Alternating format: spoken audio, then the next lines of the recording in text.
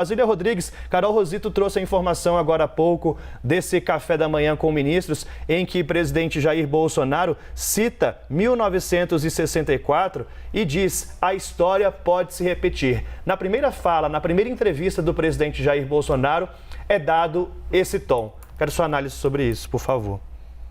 Olha, essa declaração do presidente é vista pelos ministros de governo como uma reação às sucessivas decisões do Supremo Tribunal Federal que alcançam apoiadores do presidente ou questões que interessam ao governo. Então, quando a gente fala jogar dentro das quatro linhas, na visão do governo, as instituições, a exemplo do Supremo, estariam fora dessas quatro linhas.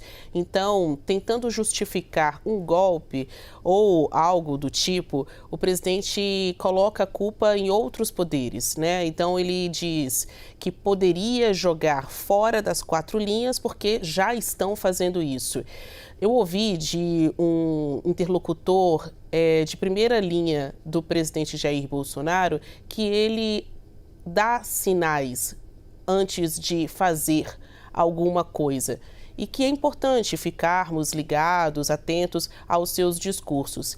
Ao mesmo tempo, adjuto, muito disso é um grande caldo de bravatas.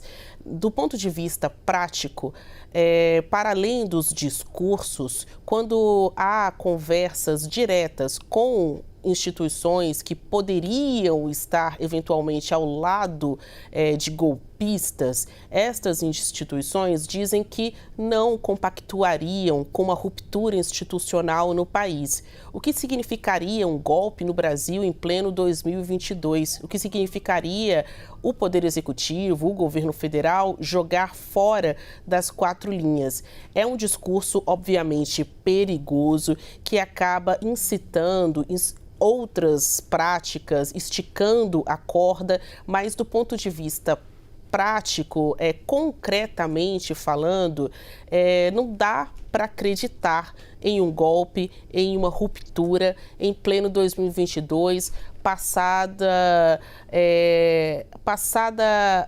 a história do Brasil, né? Enfim, em que sofremos tempos assombrosos de ditaduras, de censura, de restrição de direitos, de fechamento do Congresso, de fechamento, de cerceamento das nossas liberdades individuais, da nossa expressão. Enfim, para muitos apoiadores do governo Jair Bolsonaro, hoje estamos diante de excessos do judiciário. Então, como uma resposta a esses excessos do judiciário, o presidente estaria legitimado a tomar decisões mais duras. Isso não aconteceu até aqui e dificilmente ocorra, pelo menos o horizonte golpista nos mostra que ele é um tanto inconsequente e não aconteceria no Brasil. É de difícil configuração na atual conjuntura brasileira, às vésperas de uma eleição, em que os eleitores estão sendo convidados a ir às urnas eletrônicas, a irem às urnas, votar em quem quiser, independentemente da possibilidade de troca de governo ou não. Esse discurso atentatório, conspiratório de golpe, acaba influenciando o voto de alguns. Mas no todo, quando a gente fala da população brasileira, boa parte dessa população acredita e defende a democracia.